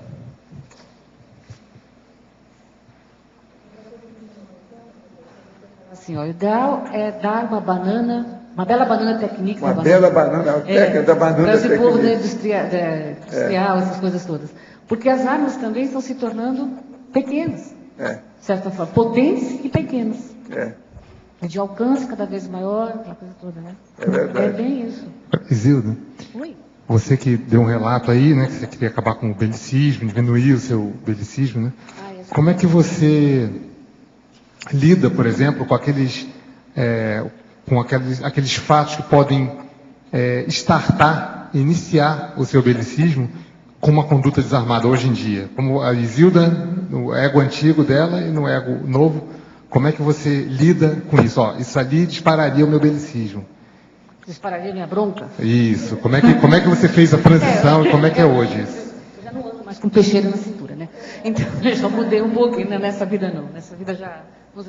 Mas, assim, como é que eu cuido para não olhar fulminante, por exemplo, né? A língua afiada. Olha, eu estou segurando. Às vezes eu penso assim, que se eu me prejudico, eu estou prejudicando a mim mesmo. Se é uma dor de cabeça, uma dor de estômago, mas prejudicar o outro é pior, né? Então olha, eu estou mesmo, viu? Eu assumo publicamente que eu estou puxando o freio de novo.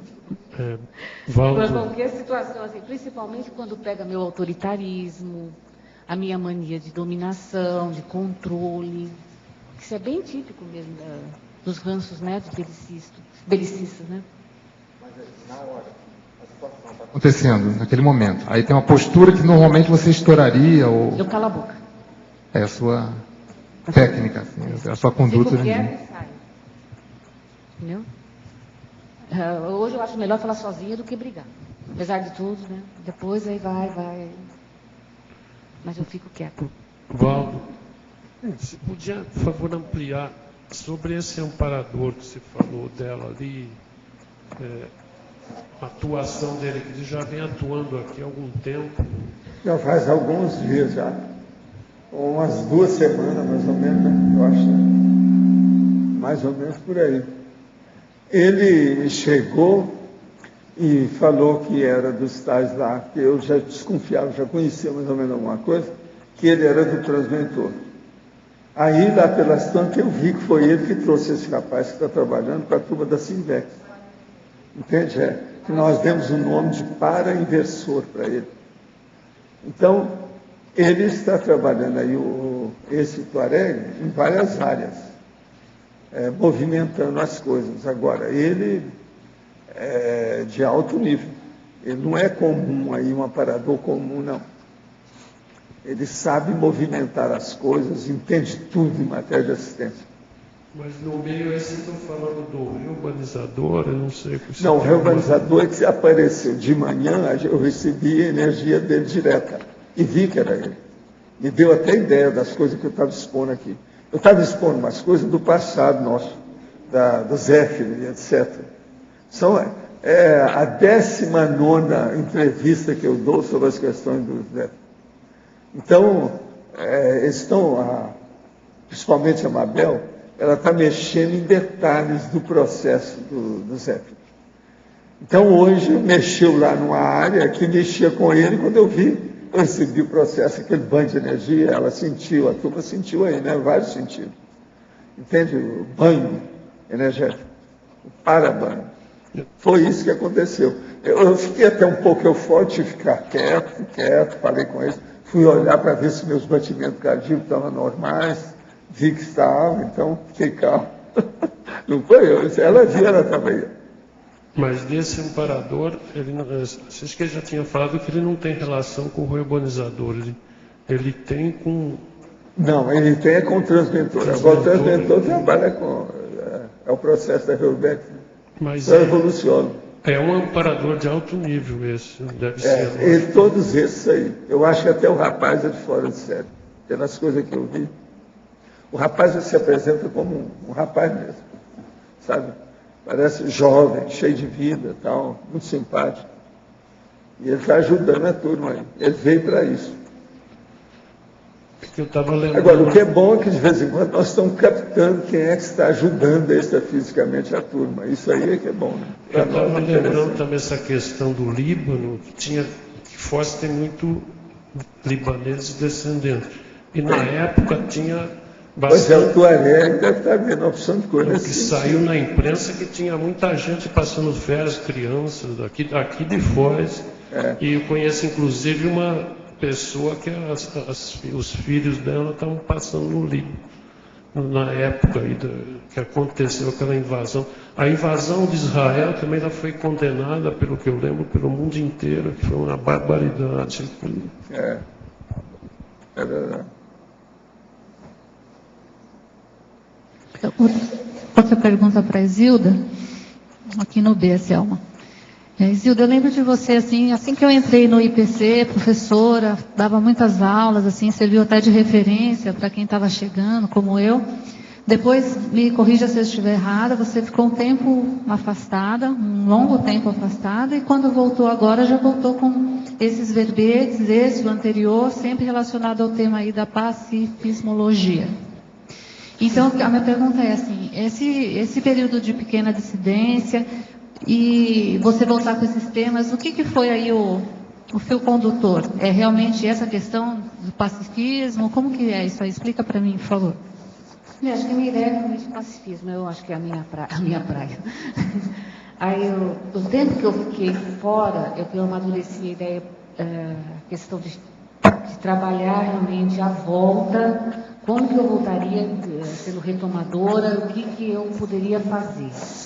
E foi realmente durante Tenebres que eu disse, você vai voltar quando você estiver melhor, mais calma. Porque eu saí num momento que eu estava muito brava também, sabe? Eu acho que eu fazia muita coisa, mas o voluntariado, a gente tem que fazer, mas é com prazer, né? Então tem que fazer motivação, trabalho e lazer. Então a gente tem que trabalhar com alegria, porque a gente assiste.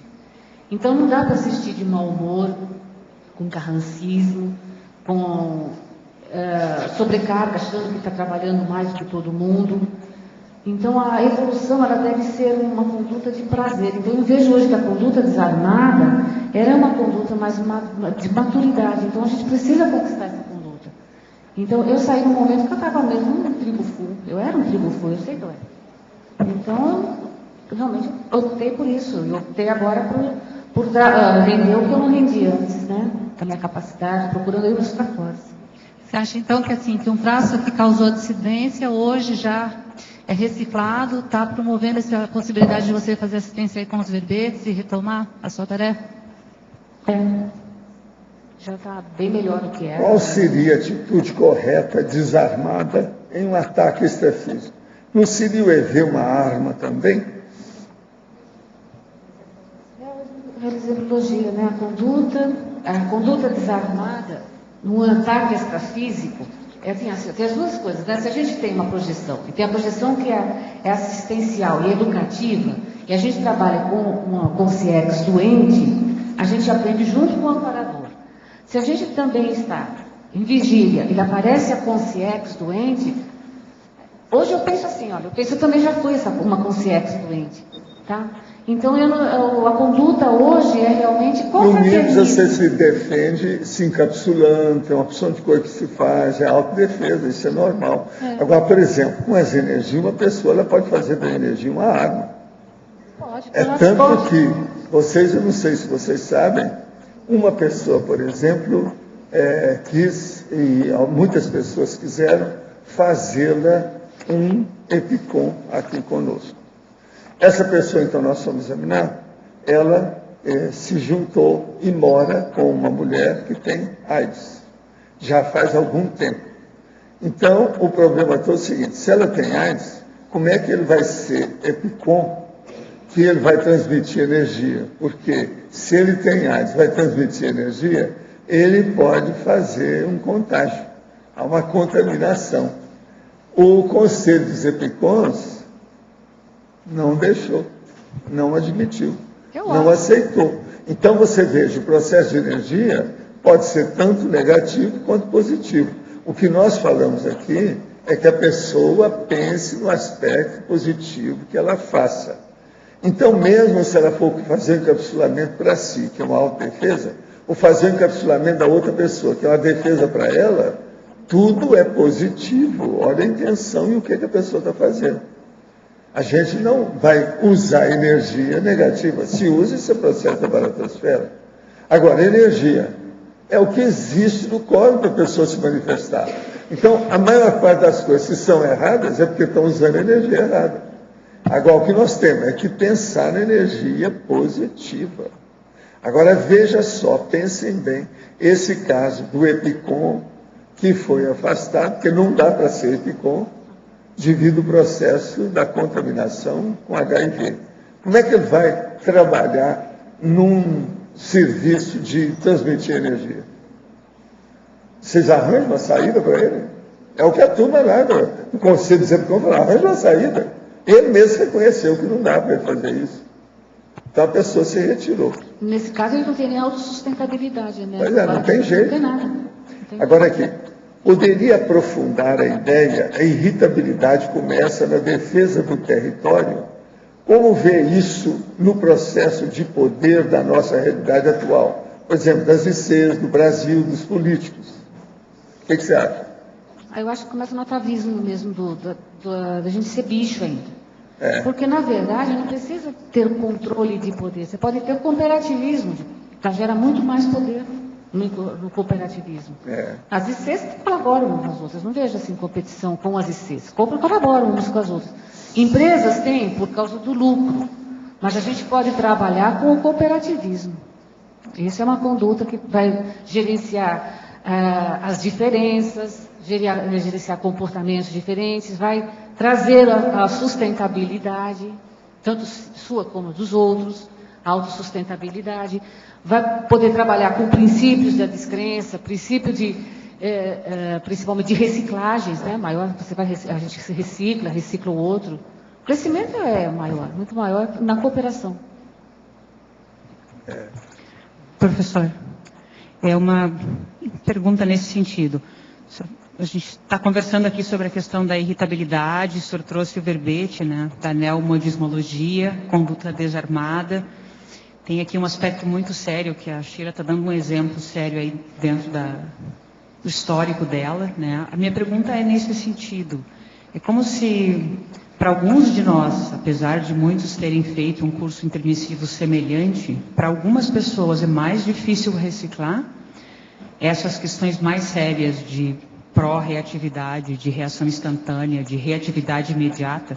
Você trouxe a questão da língua, né? A língua afiada, aquela perversão, aquelas Por que para uns é mais difícil? É porque a pessoa viveu mais vidas desse estilo ou porque aquilo ainda está pegando muito? E para outras, porque a gente tem aqui enormes exemplos de ponderação. Tem de todo tipo. Sim. Agora, você tem que lembrar que nós fomos, durante milhões de anos, animais subhumanos. Pois é, eu estava lendo uma O reportagem. animal subhumano, ele vive comendo uns aos outros. Sim. Mastigando uns aos outros. Isso aí é terrível. Uhum. Então, muita gente não escapa disso. É muito primata que ainda existe por aí afora. Quer dizer, gorilas. Eu estava fazendo uma pesquisa em uma reportagem que faz essa comparação entre o sistema límbico, 350 milhões de anos, o córtex, comparando a quantidade de tempo. Agora, mesmo assim, tem pessoas que tiram de letra, né, que conseguem tranquilo, ponderar, acertar, e tem outras que ainda têm esses ímpetos, né? Você falou a questão de ficar quieta. Ah, eu vejo como autodisposição, né? Você tem que ter disposição, tem que... É a vontade, tem que ter cara de pau também de se mostrar, tem que, sabe... não adianta ficar... eu vejo muito, assim, ainda muita... A questão da pessoa defender os castelos. E castelos de areia, porque uma das coisas que eu mais percebo nas condutas armadas, né, é a falta do despojamento do passado. A gente ainda continua defendendo coisas que não tem mais por que defender. Errar mais, errar de novo, continuar errando. Isso aí que é terrível. Mas oi, Zilda, não sei, eu vou, completando aí a fala da Fabiana, é óbvio, fica óbvio que a pessoa mais impulsiva tem um grau de agressividade, mas essa voz macia, não estou dizendo que seja você não, Fabiana, mas voz macia, muito educada, também para mim tem um teor de agressividade bem grande às vezes. Pelo jeito que fala, pela maneira de manipular o outro. Eu não sei se você concorda com isso. Não é só aquela impulsividade que mostra agressividade. Tem pessoas que são agressivas e falam macio, tenta convencer você devagarzinho, sabe? E aquilo é mais agressivo até do que uma sinceridade. Uma lavagem cerebral, uma imposição, uma lavagem cerebral. A sinceridade impulsiva, às vezes, é menos agressiva. Isso aí é observação agressiva. daquele meu amigo. Ele vira para mim e fala assim, Valdo, eu já conheci diplomata que é pior do que a turma do Pentágono. Tudo é possível. Tem temperamento de todo tipo. Agora, veja, esses diplomatas que são beligerantes são os piores que existem. Israel está assim deles. O problema é esse.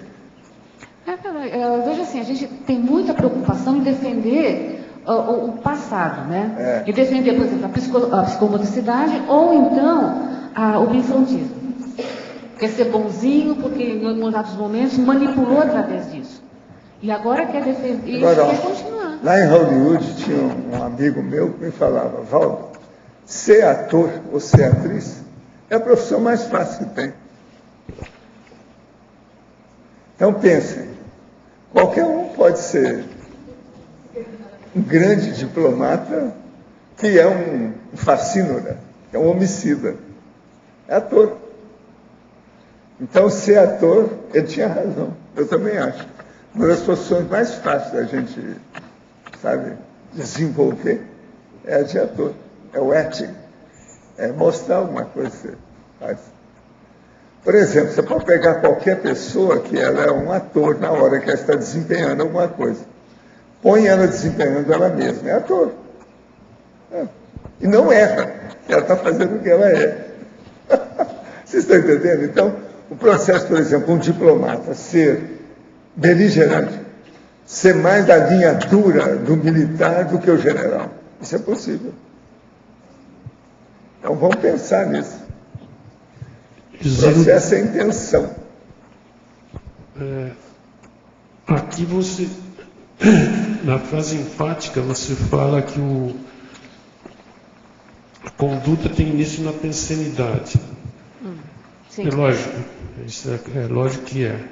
Mas, por exemplo, no teu caso, na tua teática, em termos tanto de pensenidade como botar para a parte externa, você, da pensenidade para suas ações externas, como que é a tua conduta desarmada teaticamente? Antes já perguntaram mais ou menos alguma coisa assim, né, aqui, mas perguntando eu procuro nesse ficar mais quieta, eu procuro ficar observando mais, eu procuro ser menos impetuosa. Agora, tem outra coisa também que eu pergunto muito, né, para mim mesma. Por que eu penso isso? Por que eu acho isso? E eu gosto muito de escancarar para mim mesma o que eu sinto. Por que eu sinto determinada coisa? Se até onde isso daqui está mascarando algum outro traço que está lá no meio. Então eu faço essas coisas, eu faço sim, constante comigo. Porque se eu não for desperto nessa vida, na outra eu tenho que ser, de qualquer jeito. Então não dá para escapar mais, né? Eu também não quero, por exemplo, chegar a uma condição de ser intermissivista, e fiz enciclopédia e depois da pessoa transmigrada, porque só fez besteira. Eu acho que é sério, professor, eu acho que a gente está vivendo uma CX bem... Não é o seu caso, não. Não é o seu caso. Eu cheguei quase, mas parece que estou fora. Porque eu acho que é possível, se a gente fizer muita besteira, com todo o conhecimento que a gente tem, ou então muita omissão deficitária, quem sabe... O erro nosso é pior do que uma pessoa que não conhece. Mas quem conhece tem um erro maior, isso é difícil. O peso é maior, eu fico pensando, eu penso muito nisso hoje. A questão da penseridade, assim, a questão de o que eu faço realmente com isso, né? Porque eu tenho que honrar os amparadores que estão comigo. Eu acho que eles estão melhores agora do que eram um tempo atrás, eles mudaram, entende? E isso me chama muita atenção. Mas eu acho que não vai acontecer nada com você também, não. Quando você chegar lá, eles vão falar, Zilda! Zilda! Não, mas vai se sentir bem com isso. Não, mas é sério, a responsabilidade eu penso muito nisso. Eu penso muito nisso. Eu penso que a gente tem que honrar cada fio de cabelo dos amparadores que a gente tem, sabe? Não toda essa equipe que está aí, que a gente nem sabe quem é, porque a assistência que nós recebemos é muito grande e nós não temos noção da assistência que nós recebemos.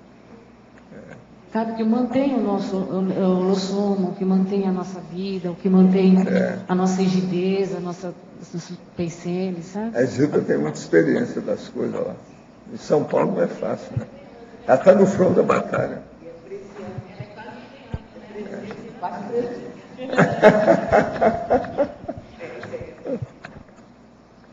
Eu queria chamar a atenção aqui para o filme, né? E esse filme mostra muito bem a Aung San Suu Kyi, né? Que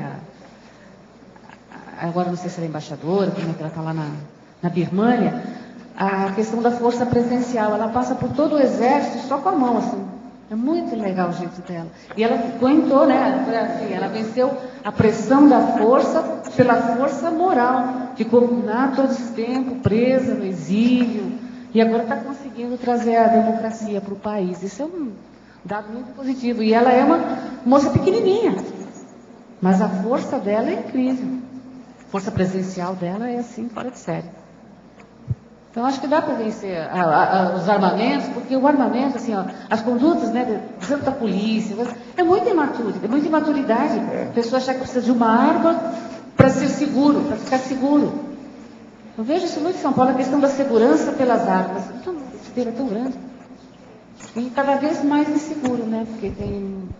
E na bibliografia, esse livro primeiro aí, o primeiro livro, esse do... Não violência na educação. Esse já, provavelmente já leu. Né? Li, ele está lá no pesquisário, por isso que eu não trouxe para mostrar, né? Ele faz parte de uma coleção de pacifismo mesmo lá da Palas Atlas, né? Junto com outros livros do... daquele francês, quem que é? Sumiu o nome agora. Agora, depois desse verbete, a gente pode recomendar o Homo Sapiens Pacífico, né? O curso que eu estou fazendo, que eu terminei já, que eu vou fazer agora, que é o processo. Ela pôs o Reurbanizado. Tá certo. O próximo é o Pacífico. Próximo passo. O curso de comunicabilidade consciencial, eu já estou trabalhando mais pelo lado da psicologia mesmo.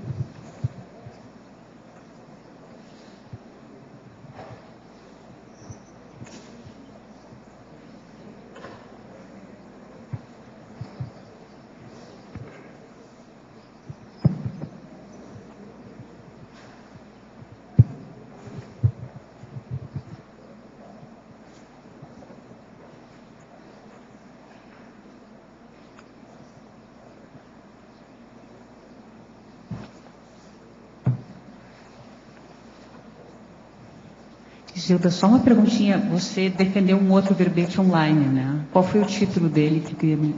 Consim Pacificadora. Consim Pacificadora, ok. Isso. O pessoal falou muito bem a respeito, quero dar uma E o conferida. próximo é Consim do Bem. Próximo o quê? Consim do Bem.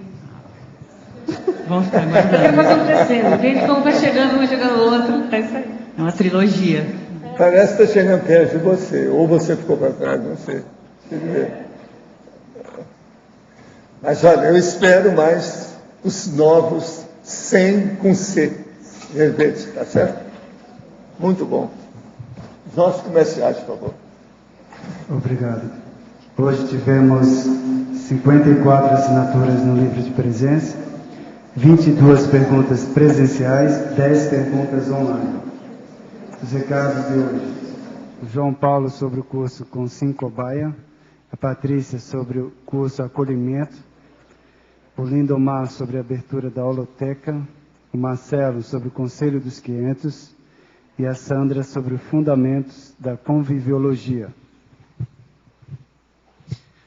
Boa tarde, eu venho falar em nome da Consus e do CEEC, do curso Consim Cobaia, do Conscienciograma mensal, que vai acontecer no próximo dia 2 de junho, vai ser no sábado da próxima semana. É um curso com 10 vagas, 3 campos de Consim Cobaia, e que a participação de todos é importante, porque o Consim Cobaia não é só a pessoa que está na técnica, mas todo mundo, porque existe a técnica do espelhamento que ocorre no curso. Então, o curso tem o valor de R$ 80, são, como eu falei, 10 vagas, as inscrições são aqui no CEEC. E maiores informações com qualquer voluntário da Consus ou na recepção do CEEC. Então, só repassando, o curso vai ser no dia 2 de junho, sábado, a partir das 3 horas. Obrigado. Boa tarde. Nós gostaríamos de convidar você ou qualquer pessoa interessada em conhecer os conceitos básicos da conscienciologia. Amanhã nós vamos ter o curso Acolhimento ao Intermissivista.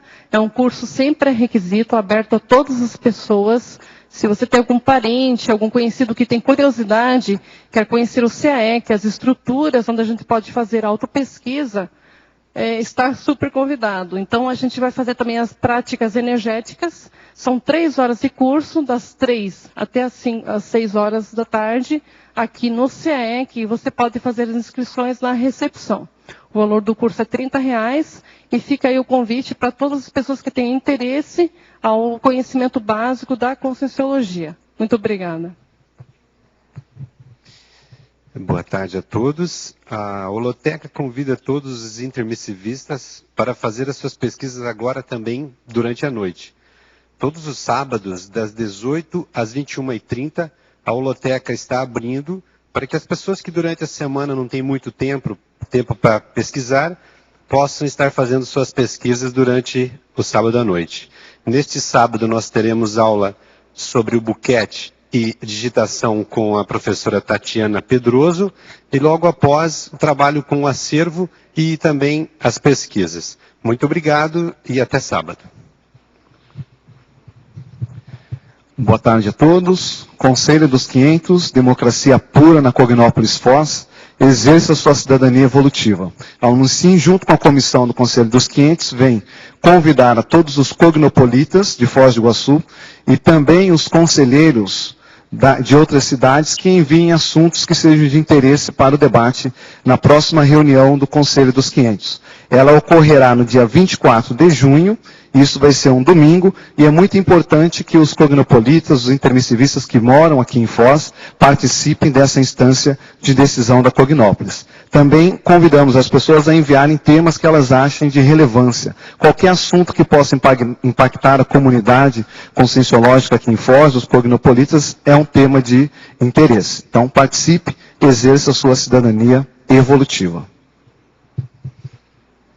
Boa tarde a todos. O Colégio Invisível da Conviviologia e o CAEC convidam para o curso Fundamentos da Conviviologia, que ocorrerá aqui no CAEC nos dias 24, 25 e 26.